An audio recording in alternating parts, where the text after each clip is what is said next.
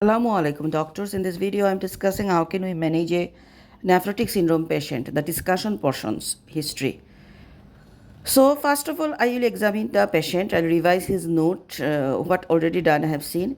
So examination is ABC vital, especially the blood pressure, measure weight daily, urine output daily and amount of fluid in and out, hydration status for signs of hypovolemia, examine the edema for pitting, eye examination for any infections, abdominal examination for ascites or and scrotum for edema, then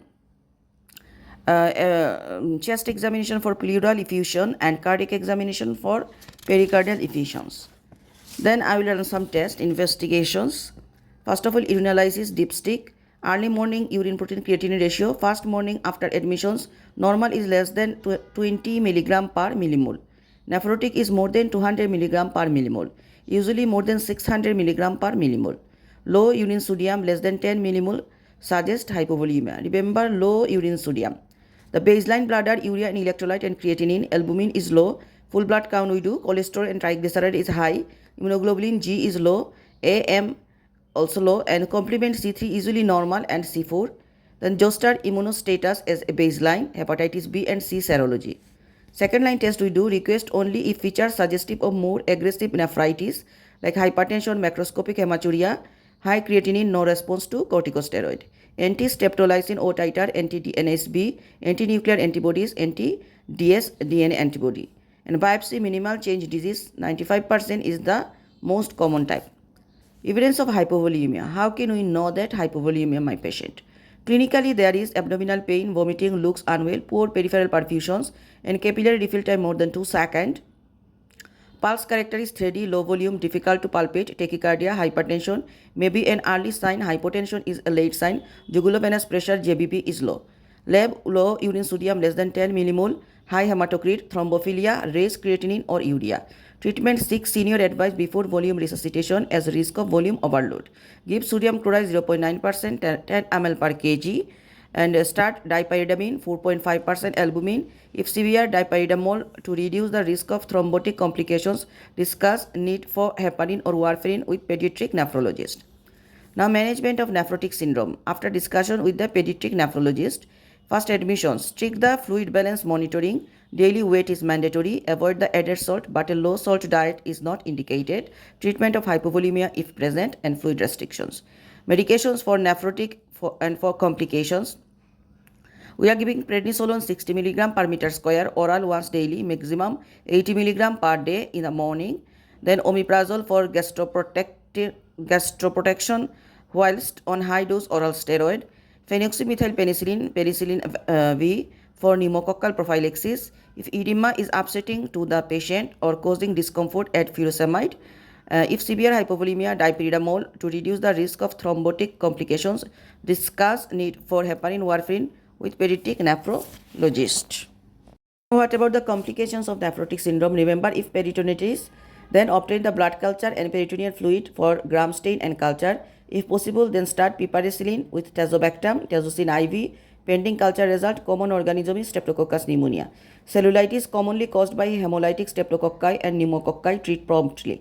Thrombosis, renal vein, an important differential in abdominal pain. Cerebral vasculature, pulmonary vein, femoral vein, thrombocytopenia, rise in D dimers and reduced PTT. Ultrasound with Doppler study to look at perfusion and to image renal vein and IVC. What is the indication of referral to pediatric nephrologist in nephrotic syndrome patient? When we refer nephrologist? First of all, corticoid resistant, corticosteroid dependent disease and significant corticosteroid toxicity. Age less than 1 year or more than 12 years at first presentations. Mixed nephritic and nephrotic picture, that is gross hematuria, renal insufficiency or persistent hypertensions, low complement C3, C4 and ANA positive secondary nephrotic. So what is corticosteroid resistant? I am telling. Disease is not responsive after 4 weeks of daily prednisolone, but start discussion with the specialist in the 3rd week or if relapse frequently. Corticosteroid dependent disease, 2 consecutive relapse during corticosteroid treatment or within 14 days of cessation. Now, when to discharge after consultant approval? Discharge once in remission, which is defined as trace or negative urine protein for 3 days. Patient with normal blood pressure and stable weight. Normally, twice weekly review will be required until remission. Arrange an outpatient review in 4 weeks. New patient, how we can treatment, and relapsive patient. First, new patient. Prednisolone 60 mg per meter square, maximum 80 mg once daily for 4 to 6 weeks. Then 40 mg per meter square, maximum 40 mg alternate days for 4 to 6 weeks. Gradually reduce the dose, aiming to stop after 3 to 4 weeks. Response usually appear in 7 to 10 days. No response after 4 weeks. Daily steroid 60 mg per meter square suggests corticosteroid resistance.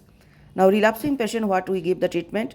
3 consecutive days of 3 plus or more early morning proteinuria having previously been remissions, that is relapse. Start prednisolone 60 mg per meter square, maximum 80 mg once daily. Continue until nil or trace the proteinuria for 3 days. Then 40 mg per meter square, maximum 40 mg alternate days for a further 4 weeks. Gradually reduce the dose, aiming to stop after 3 weeks.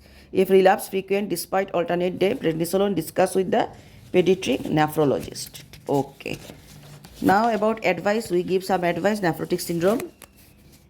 Carry a corticosteroid card and wear bracelet. Seek prompt medical attention for illness, especially zoster contact, if not zoster immuno. Corticosteroid diary with instructions regarding corticosteroid doses. Urine testing, teach the technique and provide appropriate dipsticks. Test the first urine sample of the day. Keep a daily proteinuria diary and bring it to every clinic attendance.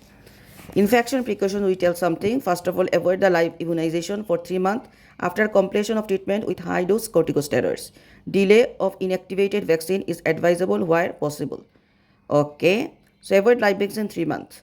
Continue the phenoxymethylpenicillin, penicillin V presentation only. Prophylaxis until edema has resolved.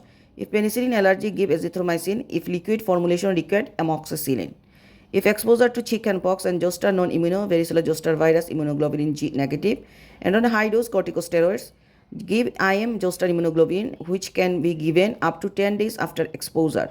At first sign of illness is acyclovir IV. Varicella vaccine, live vaccine should be given if a suitable opportunity arises between relapses.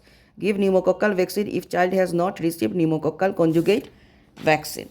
So this is all about the management portion of nephrotic syndrome. Thank you.